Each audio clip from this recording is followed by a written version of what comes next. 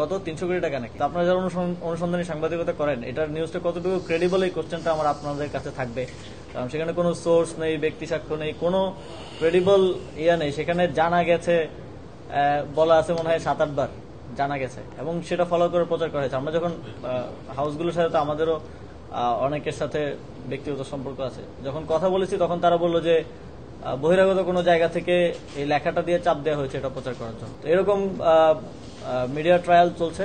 তবে সেই জায়গা থেকে অধিকতর স্বচ্ছতার জন্য আপনারা দেখেছেন যে আমরা দুদককে, যেহেতু তিনি এখন মন্ত্রণালয়ের দায়িত্বে নেই, মন্ত্রণালয়ের দায়িত্বে থাকলে মন্ত্রণালয় থেকে আমরা তদন্ত করতে পারতাম, সেহেতু আমরা দুদককে অনুরোধ করেছি তদন্ত করার জন্য, এবং ইতিমধ্যেই দুদক তদন্ত কার্যক্রম শুরু করেছে। যদি কিছু থাকে সেটাও সামনে আসবে, যদি এটা নিছক গুজব হয় সেটাও সামনে আসবে। আপনারা সবাই দেখতে পারবেন, দুদক একটা স্বাধীন প্রতিষ্ঠান, আপনারা সবাই সেটা জানতে পারবেন। আপনারা তো জানেন যে কোথা থেকে আসলে হাউসগুলোকে চাপ দেওয়া হয়, এবং আমাদের একটা ক্লিয়ার ডিসিশন ছিল, এবং ক্যাবিনেটও আমরা মাননীয় প্রধান উপদেষ্টা স্পষ্টভাবে বলেছেন যে আগেরকার সময়ে, আওয়ামী লীগের সময় বিভিন্ন সংস্থা যেভাবে আসলে হাউসগুলোকে চাপ দিয়ে এক ধরনের নিউজ করতো, আপনারা দেখেছেন জুলাই গণ অভ্যুত্থানেও আপনাদেরই হাউসগুলো ছাত্র জনতার বিরুদ্ধে তো নিউজ করেছে।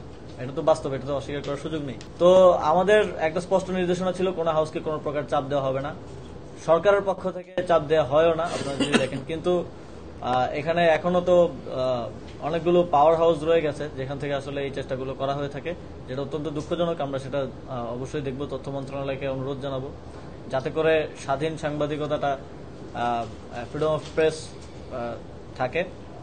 আর সম্পদের হিসাবের বিষয়ে, সম্পদের হিসাব সরকার সকলের থেকে চেয়েছে, কিন্তু আমি যখন সম্পদের হিসাব দিতে গেলাম তখন আমি দেখলাম যে আয়কর জমা দিতে হলে তো আপনার টিন নাম্বার 1 বছর আগের থাকতে হয়। তো 1 বছর আগে তো আমার টিন নাম্বার নেই, স্বাভাবিকভাবে আমি একজন স্টুডেন্ট, তো আমার তো আয়কর জমা দেওয়ারও সুযোগ নেই। তো আমি আমার টিন নাম্বার করেছি, আশা করি আগামী বছর আয়কর যখন জমা দিব তখন আমি সরকারকে অফিসিয়ালি যে সম্পদের হিসাবটা সেটা দিতে পারবো। আর আনঅফিসিয়ালি আমার ব্যাংক অ্যাকাউন্ট থেকে শুরু করে যে হিসাব আছে সেটাও আপনারা, আমি চিন্তা করেছি যে এই দায়িত্ব থেকে যাওয়ার পরে হিসাবটা দিব, কিন্তু চাইলে এখনো দিতে পারি, নো ইস্যুস। উত্তর সিটি কর্পোরেশন থেকে যে জবাবটা দেওয়া হয়েছে সেটা হচ্ছে যারা করেছেন, আবেদন করেছিলেন, সেখানে 1, 2, 3 যারা হয়েছেন, সেখানে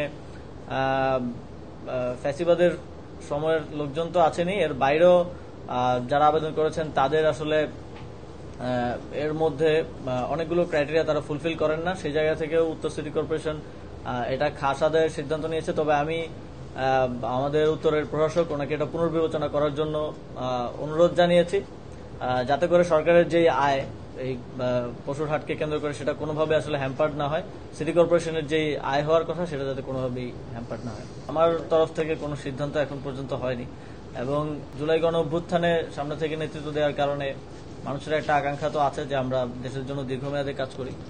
তবে কোন রাজনৈতিক দলে আসলে যুক্ত হব সেটা তো এখনই আসলে সিদ্ধান্ত নেওয়ার সময় হয়নি, কিংবা কখন যুক্ত হব সেটাও এখনো আসলে অনেকটাই আনসার্টেইন।